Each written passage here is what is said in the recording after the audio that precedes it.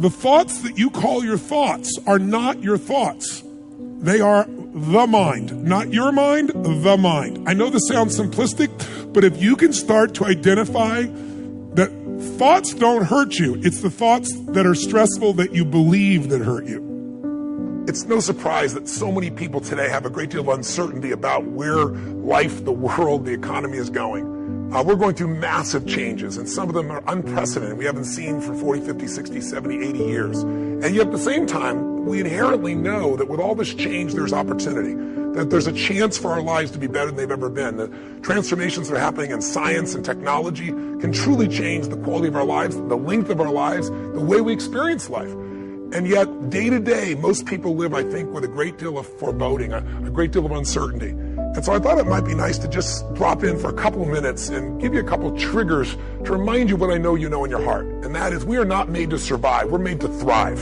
Human beings, our spirit, our capacity to adapt, our ability to grow, our ability to learn with lightning-like speed, our ability to find a way to serve others, that calling inside of us that we have as a parent or as a friend or someone who truly cares, when we put our fear aside because there's something we want to serve greater than ourselves, we all have that ability to find that passion in our life.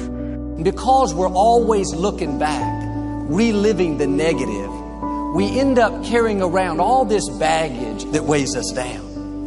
One of the best things we can learn to do is drop it. Let it go. Whether it happened 20 years ago or 20 minutes ago, don't carry negative baggage from yesterday into today. You won't live a victorious life if you're always reliving what didn't work out, who hurt you, the mistakes you made. The reason it's called the past is because it's over. It's done. It's history. Now do your part and let it go. I'm here to talk to you about just the simple core of what you and I are made for. We are not made to survive. We're not made to manage our pain or get through it. We're made to be creators of our lives. We can create anything. Anything we can dream about, we can create. And I know that sounds like positive thinking, just BS. But in your soul, there have been times in your life, I know, when you've had something that you wanted so much. Maybe you wanted something for someone you care about. Maybe you wanted something for yourself. But you became so obsessed with something, achieving it, experiencing it, whether it was a transformation, in yourself, a change in your business, making a certain amount of money, getting a job, increase of some position increase. Maybe it was doing something for your mom or your dad or your kids.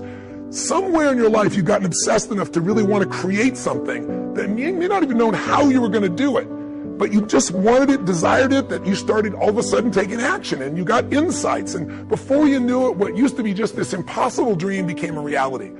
Is it fair to say that at some stage in your life that there are some things today in your life that were once just a dream or a goal, that once seemed difficult or impossible, whether it be the job you have or the relationship you're in and might be taking for granted? Is there anything in your life today that was once like that? Well, then you and I are creators. And very often when we get overwhelmed by so many things that we feel out of control by, we start getting into being managers of our life, managing our pain, managing through the situation. So every day you have to sell yourself and get out of your mind those old thoughts, that old belief system. Every day you've got to sell yourself on that it's possible. That you got to put a new mind in you. You got to get out of your mind. You got to begin to restructure your thinking. Every day, you've got to begin to recondition your mind. So my purpose here is to say, what does it take to thrive once again? Key to thriving is you've got to allow yourself to be able to take advantage of uncertainty. Yes, the world is uncertain right now. Uncertainty is change. Change is life. We both know that. We all know that. But if you and I are going to become masters, we have to understand that we don't have to work on change. Change is automatic. Progress is not. If you and I can make progress, whatever stage of the year you're looking at this, progress comes when you tell yourself the truth and you're able to feel the uncertainty and take action anyway. Here's an important point. Nothing works the first time. When you try something new, it probably won't work. When you try something new several times, it probably won't work. And the turning point in my life came when I would hear good ideas, and I was so eager to be successful in selling. I would run out and try the ideas, and they wouldn't work. I'd try a way of getting an appointment or answering an objection or closing a sale. It wouldn't work. And my natural response, and I think just to be disappointed. And then I realized nothing works at least the first few times. So I decided I would try a new idea 5 or 10 times before I passed judgment on it. I would not just try it once and quit like most people do, and that changed my whole life. It was a turning point in my life because I realized from then on, if you've got a good idea and you've got a good goal and you want to double your income and improve the quality of your life and you have to try new things in order to get new results, it's not going to work the first time. So you say, well, that didn't work. Try something else and try something else and try something else. Now, if you try, only 2 things can happen. What are they? Succeed or fail. If you succeed, you do more of it. If you fail, you learn from it, get smarter, and try it again. So you cannot lose by taking action. You can only lose by not taking action. The thing that stops us all is fear. It's no surprise. Fear of failure, fear of rejection, fear of the unknown, fear of not looking good. And that fear we could translate into the simple thing of uncertainty. Now, when you look at someone who's incredibly successful, you look at someone who's truly a leader in their life or in their field, the one thing they have in common is they exude this sense of certainty. Now, where's that come from? Is it inborn? Are they lucky? Are things just going their way? No, great leaders know how to step in the uncertainty and bring the certainty to the situation. Most people in life, we really feel like the level of stress in our life comes to how much of life do you feel like you control, or how much does life control you? Do you tend to control more of what's going on, or events controlling you? It's very easy to have those events start to take control unless we take control of what's between our ears, our own mind. You see, what you and I focus on massively affects how we feel, whether we're thriving or surviving. If you focus on what you can't control, if you focus on the past, if you focus on what's missing from your life constantly, that pattern of focus will make you frustrated, overwhelmed, depressed. It won't even matter if you're, taking antidepressants. If you keep focusing on what you can't control, what's missing from your life, you're going to feel depressed still. You can take as many antidepressants as you want. Focus equals power. We've got to change ourselves. We've got to build a new image, a picture in our mind. We've got to see ourselves the way we want to be, and then we have to live with it.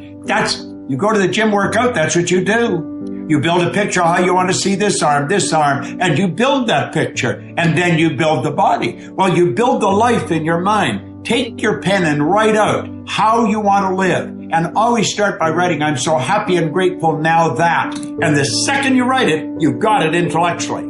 The moment you impress it upon your emotional mind, you've got it emotionally.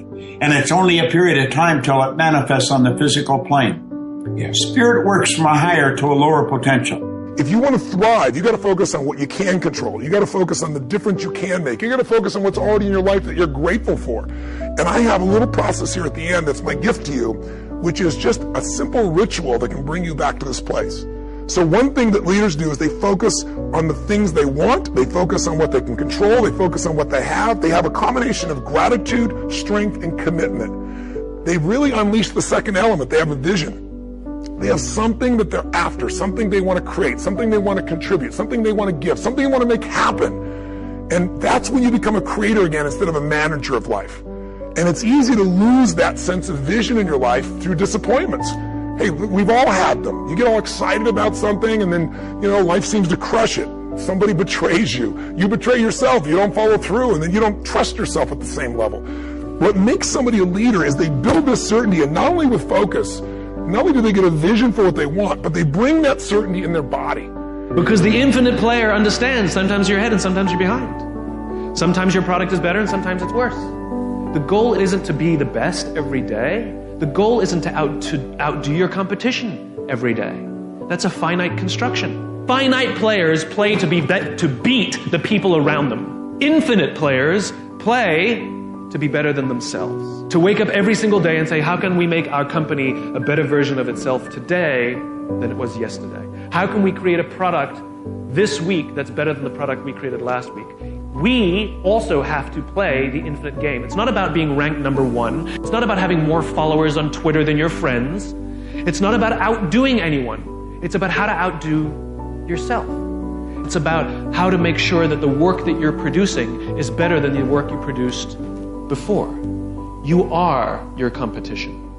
And that is what ensures you stay in the game the longest. And that is what ensures you find joy. Because the joy comes not from comparison, but from advancement. Listen, if you've ever been to one of my live events, you know that one of the greatest things about, let's say, Unleash the Power Within is you go through a weekend where you literally train your nervous system to have certainty. I mean, how the heck do we get people to storm through fire? It's not about firewalking. It's about getting yourself to be able to take action in the areas of your life that normally you would more than hold back, where your brain would take over and say, I can't do this, are you crazy? Somebody else did it, but not me. What we do is get people in a state where you're going to follow through, where you're going to face your fear and do it anyway. And the way we do that, besides changing people's focus, showing you how to direct and control that focus, is also by learning how to use your body as the tool to change your state.